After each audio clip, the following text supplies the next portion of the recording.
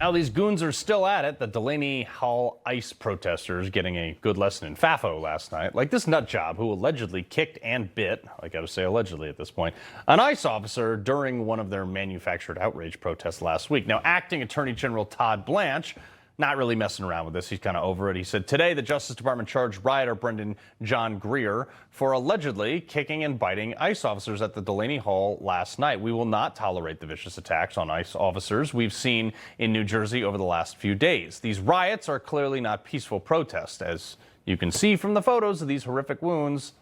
Assaulting a federal officer, going to be held accountable. But that's not all.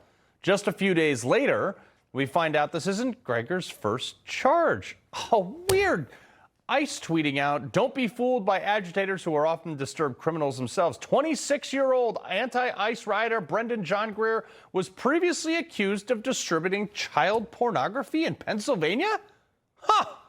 Who could possibly have seen that coming? Greer pled guilty to a lesser third-degree felony charge of criminal use of a communication facility. He now faces a maximum of 20 years behind bars and $250,000 fine if convicted on the assault charge. Why does it always seem like these mentally deranged liberals always turn out to be creepy child abusers? Or, since it's Pride Month, just a minor attracted person. Right, sure. Greg Bovino, former chief of patrol agent for the U.S. Customs and Border Protection. All right, sir. You kick an ICE agent, you go to jail. Well, Carl, thanks for having me. It's good to see you again. Absolutely, assault a federal officer, you should go to jail. And you're on to something here, Carl.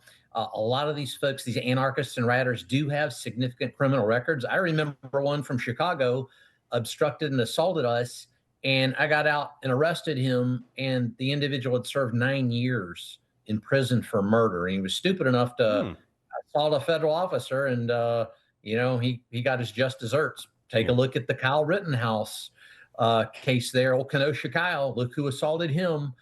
Hardened criminals with criminal histories. You're on to something. Yeah, but the crazier thing is some of these people have been arrested over the last week or two for a variety of assault or disturbing the peace or whatever it is. A lot of them are let out of jail the next day, and they're back at the same protest, getting paid to protest again. Exactly. And especially in some of these sanctuary jurisdictions, the blue states, they are let out of jail, especially if the state and locals arrest them. And you know what? That empowers them to do it again. It stupefies them even more, makes them even more stupid. And, then they assault a federal officer, and then they're in real trouble. Yeah. So you bet. Well, let's talk about empowering, because as of today, they started letting pregnant detainees out of that facility. They've eased up. They've allowed some new people to come in and inspect things. This is according to New Jersey Democrat Congressman Frank Pallone. He's advocating, is what he's saying. He says that the family visitation has been restored. Is this not bending the knee to the mob? It is. Why empower the mob? Those individuals are subject to United States immigration law. We're going to deport them. And, as far as the facilities, those facilities are actually, I think they're too good.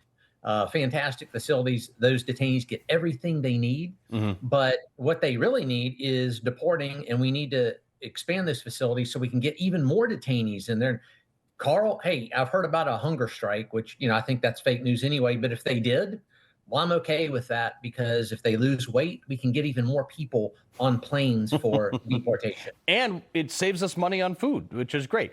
And Tom Homan went down there. He was like, yeah, the food, I wouldn't choose it at a restaurant, but he was like, it wasn't bad. And we've talked about this a lot in the past, though. Like, you've had all these past presidents. Let's just look at some of these deportations by presidents, okay? So you had Bill Clinton, 12 million. George Bush, 10 million. Barack Obama, 5 million. Zero riots for any of those people. Donald Trump's first term, 1.5 million. Then Joe Biden comes in and does 4 million. And, we're seeing now this place get torn up over Trump, 675,000. Come on, guys.